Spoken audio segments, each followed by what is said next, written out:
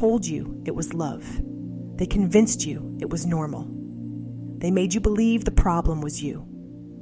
But somewhere beneath the confusion, the self-doubt, the endless explanations that never quite made sense, you knew something was wrong. This is where we stop pretending. This is where we examine what they never wanted you to see. The patterns that controlled you, the systems that protected them. To tip off this NBA season on FanDuel, you can choose your own rewards, which means you can play your game any way you want. I get to choose my rewards? Yep. Great! Now, excuse me while I lock in. All customers choose your own reward right now in the FanDuel app.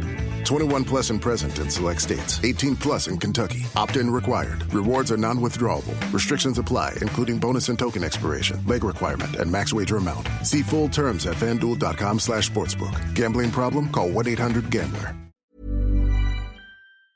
About 5 years ago, during the chaos and isolation of the COVID years, something shifted as society ground to a halt and the distractions of daily life fell silent. An unsettling truth emerged.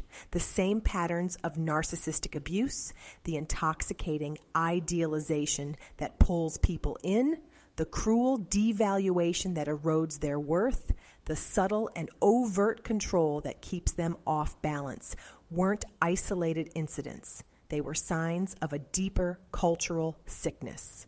This sickness isn't about a few bad actors. It's a system that normalizes emotional manipulation, uses deep psychological tools to keep people doubting themselves, teaches us to equate love with possession, and makes power games the blueprint for intimacy. It's a system that rewards power over partnership, domination over dialogue, control over connection, shaping how we love, how we fight, how we stay silent. So why aren't we confronting this head on?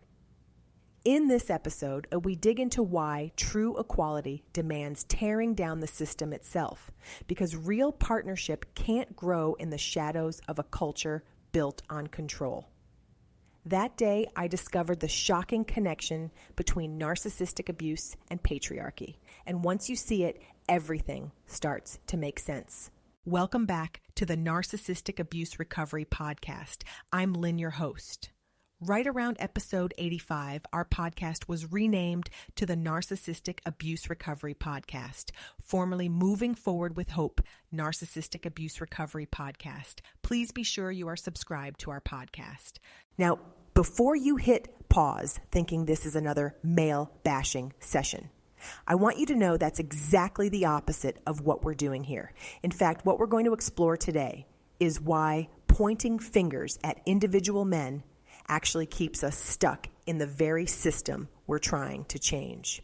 We're going to dive into why real partnership, the kind that transforms lives and relationships, requires us to look beyond individual blame and tackle the invisible structures that shape all of our lives.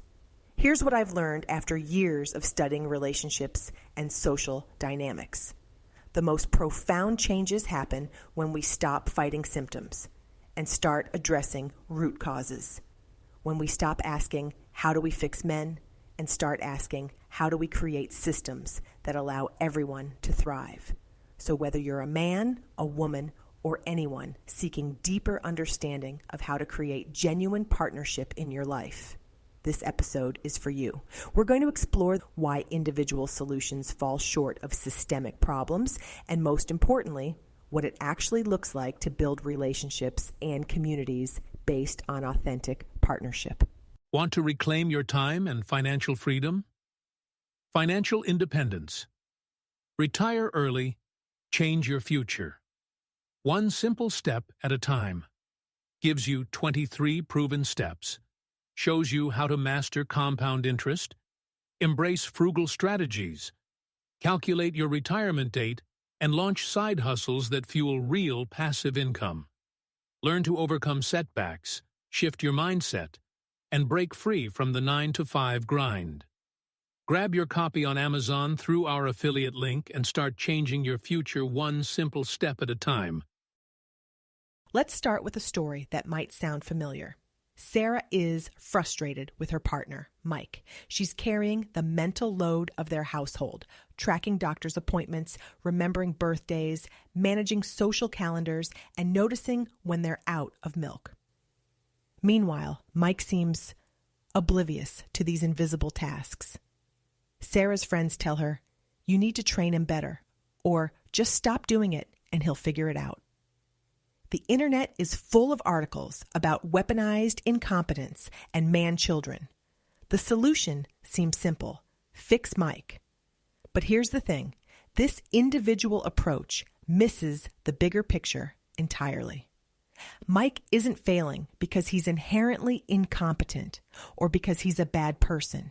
He's operating within a system that never taught him to see domestic work as his responsibility. From childhood, he watched his mother manage the household while his father remained blissfully unaware. He absorbed messages that his career was his primary contribution to family life. Meanwhile, Sarah isn't naturally better at noticing when they need milk. She's been socialized since childhood to pay attention to everyone else's needs, to smooth over problems before they become visible, to carry the emotional temperature of every room she enters. This is the limitation of individual solutions. They assume that systemic problems can be solved through personal effort and good intentions.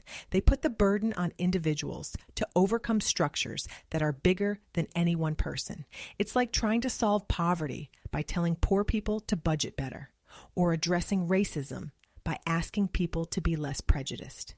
These approaches aren't wrong, but they're insufficient. They treat symptoms while leaving the disease untouched. When we focus solely on changing individual behavior, we miss the opportunity to create lasting change. We exhaust ourselves trying to swim upstream against a current that's pulling us backward. But what if, instead of fighting the current, we changed the direction of the river itself? That's what dismantling patriarchy actually means. Not attacking men, but transforming the systems that limit everyone's potential for authentic partnership. Let's get clear on what we're actually talking about when we say patriarchy. Because this word has become so loaded, so weaponized, that many people shut down the moment they hear it. Patriarchy isn't about men being evil or women being victims. It's a social system, a set of structures, institutions, and cultural norms that organize society around hierarchical power dynamics. At its core, patriarchy elevates certain traits: dominance, competition, emotional suppression, independence, while devaluing others like collaboration, emotional intelligence, interdependence, and care work. Think of it like the operating system on your computer. It's invisible, but it determines how everything else functions. You don't hate your operating system, but if it's outdated and creating problems, you update it. Let's look at how this shows up in real life. In most workplaces, the ideal employee is someone who can work long hours without family obligations interfering. This isn't necessarily because employers hate families. It's because the system was designed when most workers had stay-at-home wives managing everything else. Today, when both partners work, this system creates impossible choices. Someone has to leave early for school pickups. Someone has to take time off for sick children. Someone has to manage the household coordination. And guess what? Statistics show it's overwhelmingly women who make these career sacrifices. Now, we could look at this and say, women just need to negotiate better, or men need to step up more. And yes, individual action matters. But the deeper problem is a system that demands workers pretend they don't have lives outside of work. The patriarchal system hurts everyone. Men are pressured to be primary breadwinners, often working in jobs that drain their souls to provide for families they barely see. They're discouraged from showing vulnerability, from asking for help, from prioritizing relationships over achievement. They miss out on the deep joy of being fully present with their children. Women are caught in an impossible double bind. expected to be successful in careers designed for people with wives, while also being the primary caretakers and emotional managers of their families. This is why individual solutions fall short. You can't solve a systemic problem with individual effort alone. It's like trying to fix a broken foundation by rearranging the furniture. But here's the revolutionary part. When we recognize patriarchy as a system, we can change it. We can create new structures that work for everyone. And that's exactly what's happening in the most successful partnerships I've studied. They're not just negotiating who does the dishes. They're reimagining how households can function. They're not just asking for workplace flexibility. They're demonstrating what human-centered organizations look like. They're building the new system from the inside out. And it's important to remember that these patriarchal scripts don't just shape our everyday lives. They also set the stage for narcissistic abuse. When a system teaches us to silence ourselves, accept blame, or feel unworthy, it creates the perfect storm for abusers to manipulate, control, and exploit. By questioning these scripts, we don't just heal individually, we also build resilience against patterns of narcissistic abuse that thrive in silence and self-doubt. This podcast exists to discuss the systems that diminish, control, and silence. We focus on what has been overlooked, question what has been normalized, and create space for healing, clarity, and collective strength. We serve as a resource of hope, encouragement, and validation so victims of narcissistic abuse can rebuild their lives and pursue dreams, visions, and intentional living.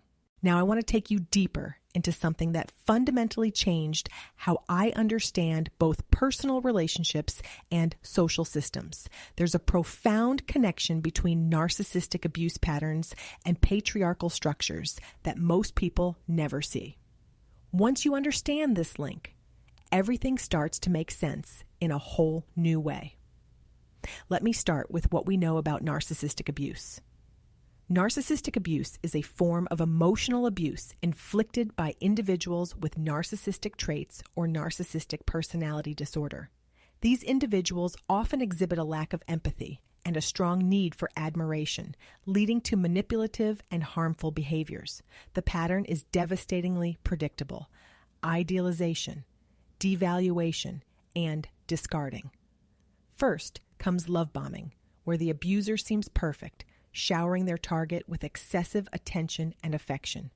Then gradually, the criticism begins, the gaslighting, the undermining of self-worth.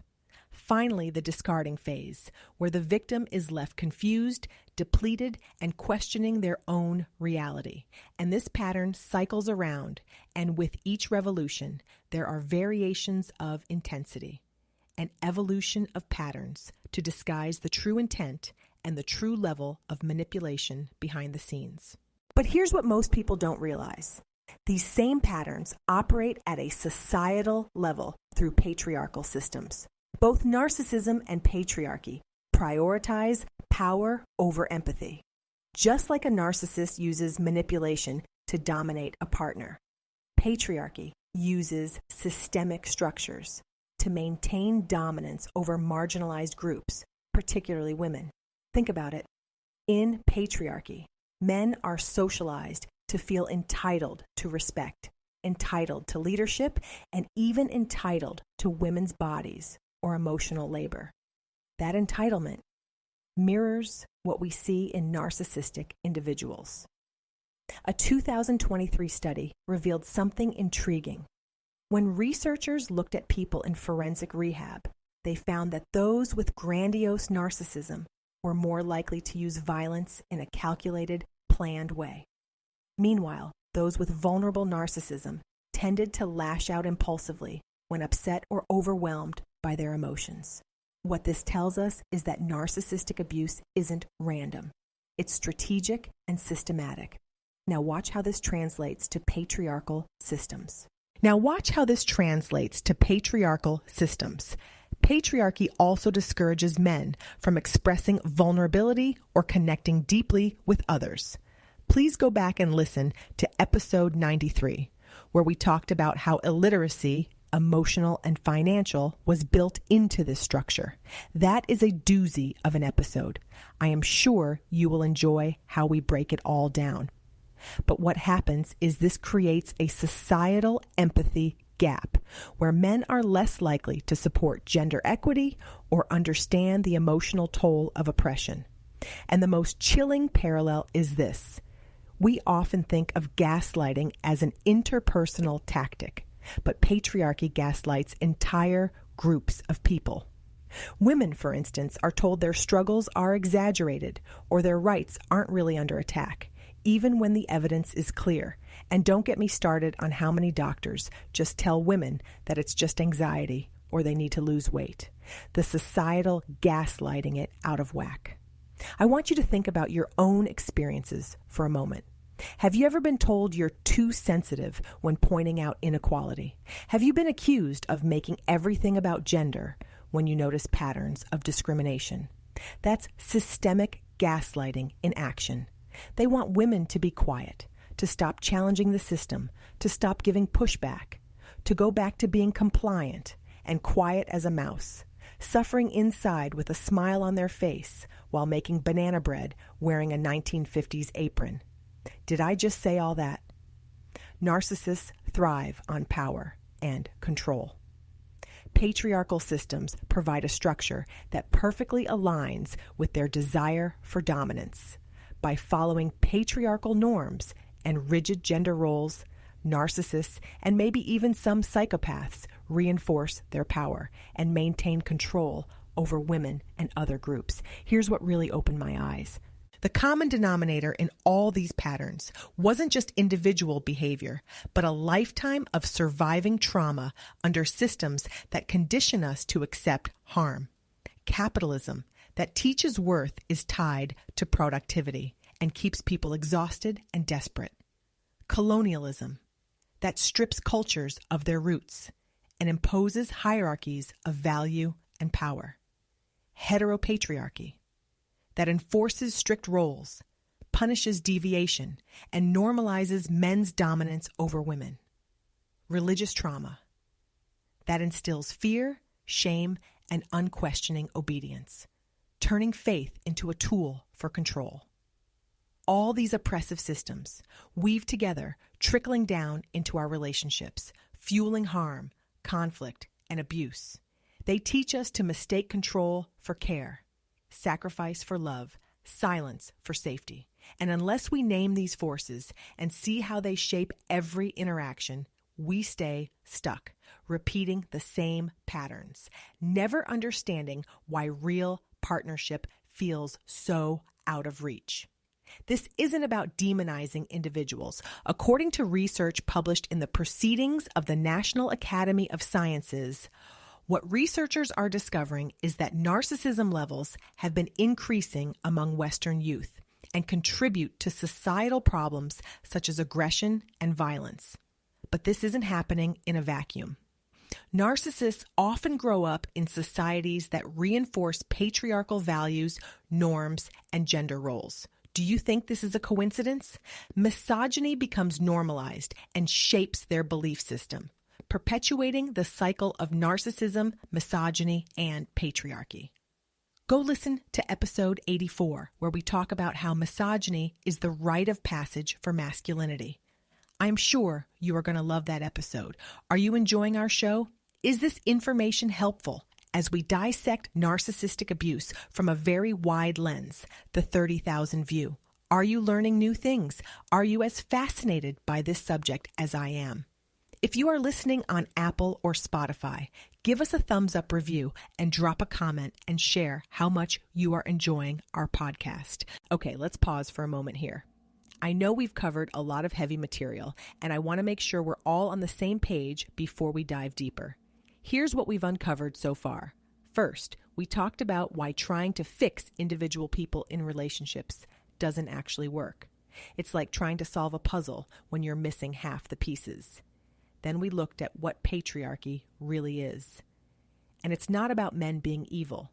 It's a system, kind of like invisible rules that govern how our society works. These rules hurt everyone, not just women. And here's the big revelation. Narcissistic abuse and patriarchy use the exact same playbook.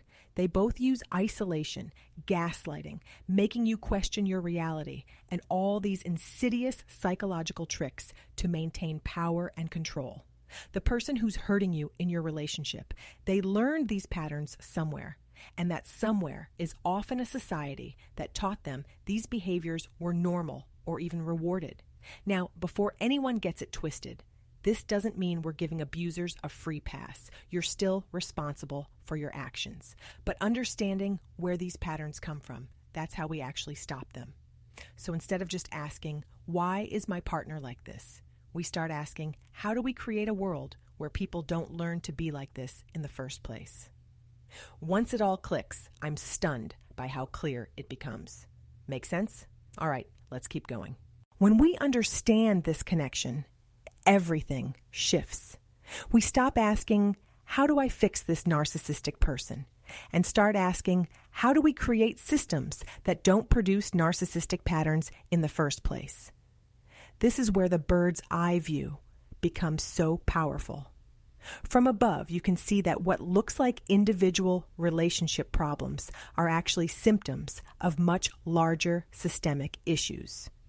When you start seeing these connections, it becomes clear that patriarchy operates like a narcissistic abuser on a grand societal level. The healing happens when we recognize that both narcissistic abuse and patriarchal oppression use the same tactics: isolation, gaslighting, emotional manipulation, and deep psychological tools designed to systematically erode self-trust. These systems employ love bombing, followed by withdrawal of affection, creating trauma bonds that keep victims attached to their abusers. They use projection, constantly accusing their targets of the very behaviors they themselves exhibit. They employ triangulation, pitting people against each other to maintain control. They use intermittent reinforcement, unpredictable rewards and punishments that create addictive attachment patterns. And here's the thought-provoking question. Is it true that when we address patriarchal systems, we're simultaneously addressing the conditions that produce narcissistic abuse patterns? And that we are not just healing individual relationships, we're healing the root causes that create these dynamics in the first place. This is why understanding patriarchy isn't about blaming men or excusing women. It's about seeing the bigger picture from that 30,000-foot level, so we can create lasting change that liberates everyone from these destructive patterns. But let me be crystal clear. We're not letting anyone off the hook entirely. Men are still accountable for their actions and decisions, as are women. Understanding these systemic influences doesn't erase personal responsibility. It's not a free-for-all out here. The difference is this: we can hold people accountable while simultaneously working to change the systems that created the problem.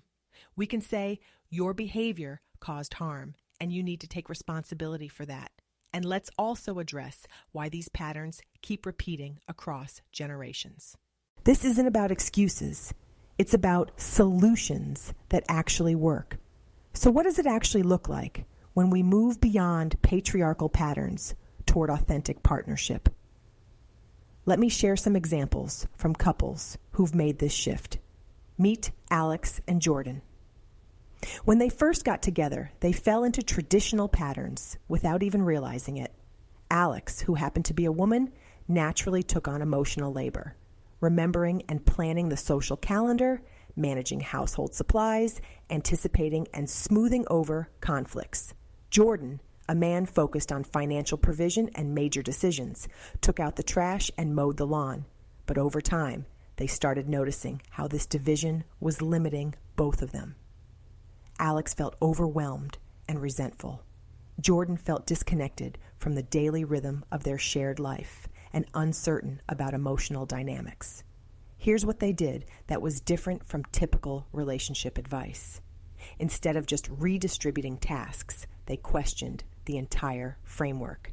They asked, what would our household look like if we designed it from scratch, based on our actual values and strengths?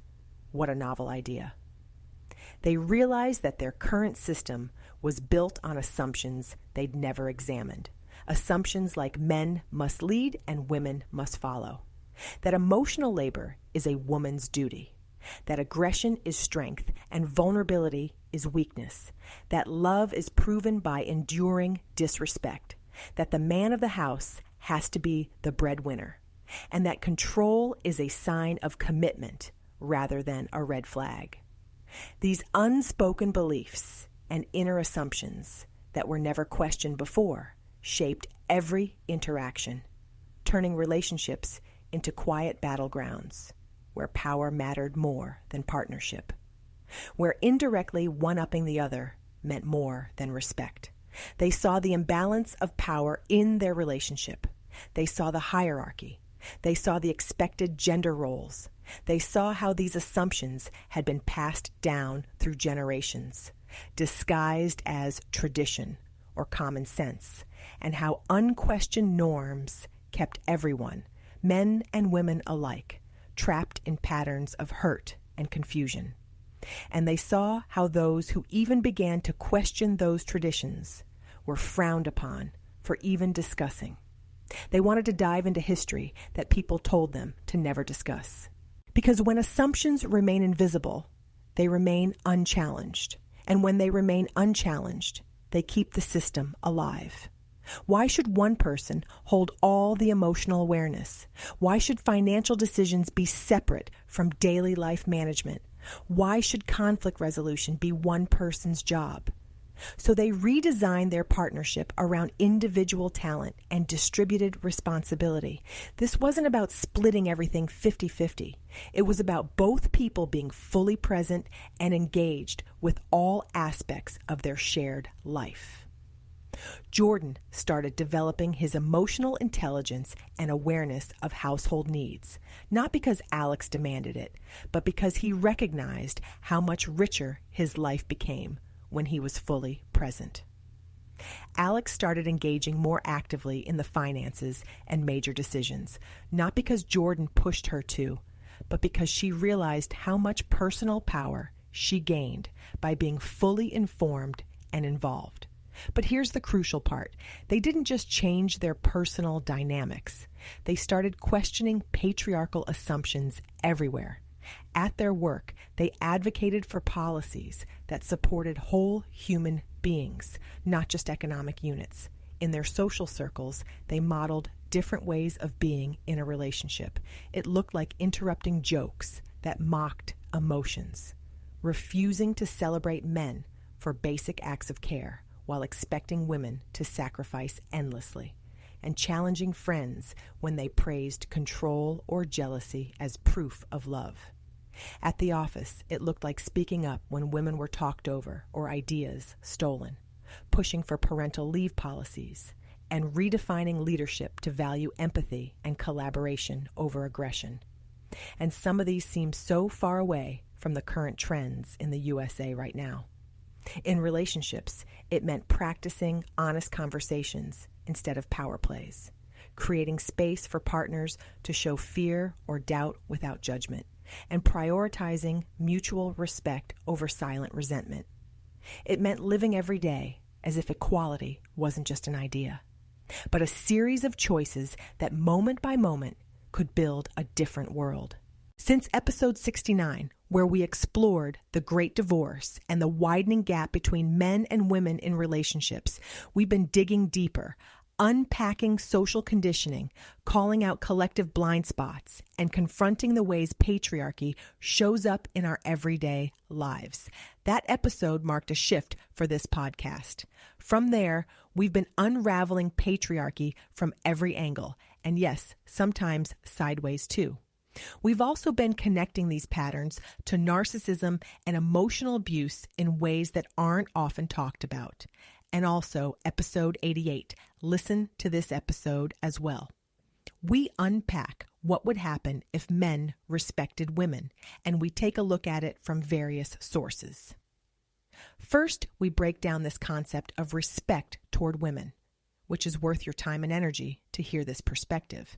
But then we take it further and paint the picture to what it would look like if men respected women in relationships, in the workplace, in partnerships, or marriage, and then we talk about what it would like between the sheets.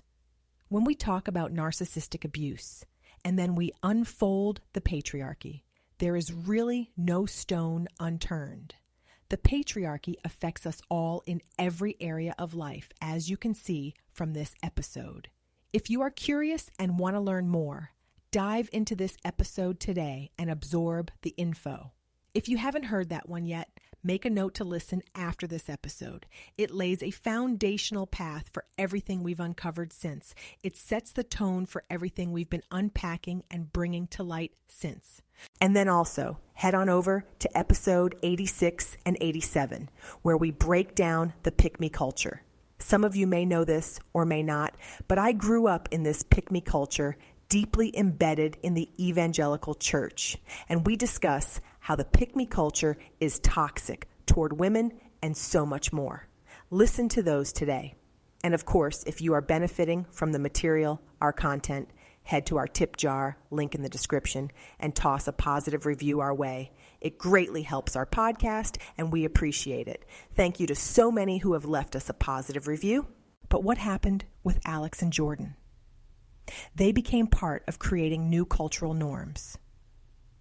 This is what dismantling patriarchy actually looks like in practice. It's not about women becoming more like traditional men or men becoming more like traditional women. It's about everyone becoming more fully human. The real problem isn't that men doubt their own humanity. It's that the system teaches them to see their experience as the default for what it means to be human, while viewing women as other or lesser or secondary.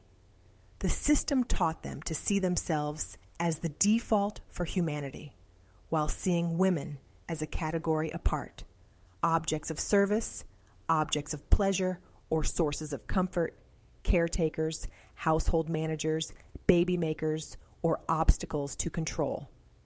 Dismantling patriarchy in practice isn't about women toughening up to fit a male mold or men softening to adopt stereotypical femininity. It's about recognizing that everyone's full humanity has been distorted by design and that men's failure to see women as equally human has kept both trapped in rigid roles. It means men learning to see women not as extensions of their needs or tests of their power, but as whole people with agency, complexity, and an equal claim to dignity and respect. And it means women no longer shrinking themselves or carrying the burden of managing men's emotions just to stay safe or loved. No longer fearing they have to be compliant and silent in order to keep a roof over their head. Because true partnership begins when both sides are allowed and expected to show up as fully human, and when the system that benefits from anything less is no longer left unchallenged. Let's look at some concrete examples of how this plays out systemically. In workplaces, it means creating cultures where everyone can bring their whole selves to work, where taking care of family isn't seen as a woman's issue, but a human one, where emotional intelligence is valued alongside technical skills, where collaboration is rewarded as much as individual achievement. In parenting, it means raising children who see caregiving and providing as shared responsibilities, regardless of gender. It means modeling emotional expression and vulnerability for our sons, and modeling strength and leadership for our daughters. This sounds like the land of utopia. It just goes to show how far we have to go. Before you begin your road trip, ask yourself, do you really need 5 full suitcases? With the 2026 Kia Sportage X-Pro's class-leading cargo space, you'll have room for what you need. Find out more at your local Kia dealer today. Keep the adventure going. Kia, movement that inspires. Call 800-3334-KIA for details. Always drive safely and obey all traffic laws. Comparisons based on second row legroom and cargo space behind second row seats in the subcompact SUV class according to Kia segmentation as of October 2025. In policy, it means advocating for systems that support families, parental leave for all parents, flexible work arrangements, universal child care, health care that doesn't depend on employment status. This is how real change happens, not through individual couples fighting about who did the dishes, but through collective reimagining of how we organize society to support humans flourishing. Are you on board? And the beautiful thing is, when we approach change this way, we're not fighting against men or women. We're fighting for everyone's liberation from limiting systems. The system didn't just appear out of nowhere.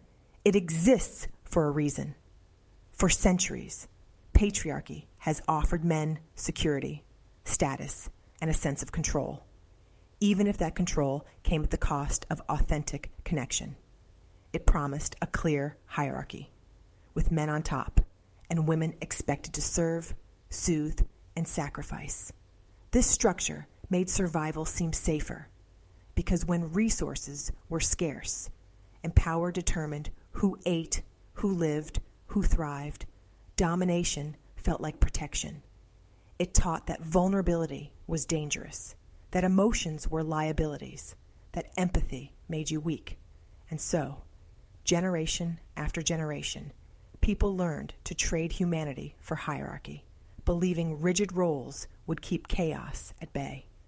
What once seemed like protection now traps us in cycles of fear, resentment, and loneliness, because systems built on control can't foster real love, and rules written to divide can never lead to equality. Today, we're pulling back the curtain on why the system is the way it is, and why true partnership demands more than just good intentions, how narcissistic abuse thrives in this type of environment. As we wrap up today's episode, remember that dismantling patriarchy isn't about fighting against men or women. It's about fighting for everyone's full humanity. So I'll leave you with this question. What would your relationships look like if they were designed from scratch, based on your deepest values rather than inherited assumptions? What would your workplace look like? Your community, your family, that vision you just imagined? That's not just a dream. It's a blueprint for the work we're all called to do. Thank you for joining me for this deep dive into authentic partnership, patriarchal deconditioning, and how it all ties in with narcissistic abuse from a 30,000-foot level. If today's conversation resonated with you, I'd love to hear your thoughts and experiences. We have additional resources on our website at movingforwardafterabuse.com, and visit our Gumroad store at waketheelephant.gumroad.com for downloadable episodes and more. These links are in the description. Visit our website at movingforwardafterabuse.com for additional resources, and of course we are on Substack and Medium as well. We covered a lot of ground in this episode. Thank you for being here. This is Lynn, and this has been another episode of the Narcissistic Abuse Recovery Podcast. Thank you for listening. Drop us a positive review if you are enjoying our show. I'll catch you in the next one. This podcast is for educational and informational purposes only. The content shared is not a substitute for professional mental health advice, diagnosis, or treatment. If you are experiencing a mental health crisis, please seek help from a qualified professional or contact a local crisis hotline. Before you begin your road trip, ask yourself, do you really need 5 full suitcases? With the 2026 Kia Sportage X-Pro's class-leading cargo space, you'll have room for what you need. Find out more at your local Kia dealer today. Keep the adventure going. Kia, movement that inspires. Call 800-3334-KIA for details. Always drive safely and obey all traffic laws. Comparisons based on second row legroom and cargo space behind second row seats in the subcompact SUV class according to Kia segmentation as of October 2025. For a small business owner, every day is full of surprises. Some great, some not so great. Like when a client cancels their order at the last minute. But here's a surprise you will like. Progressive provides small business owners with 30 customizable coverage options to help keep their business going strong. So go ahead, surprise yourself. Get a quote in as little as 8 minutes at progressivecommercial.com. Progressive Casualty Insurance Company and affiliates and third-party insurers. Coverage is not available in all states or for all vehicles and coverage selections. This work is hard, really hard. Questioning everything you were taught, seeing systems that were invisible, sitting with truth that change how you see the world. It's exhausting and overwhelming sometimes. There's no timeline for this, no right way to process it. We've gone daily now because these conversations matter. Subscribe so new episodes land automatically when they drop.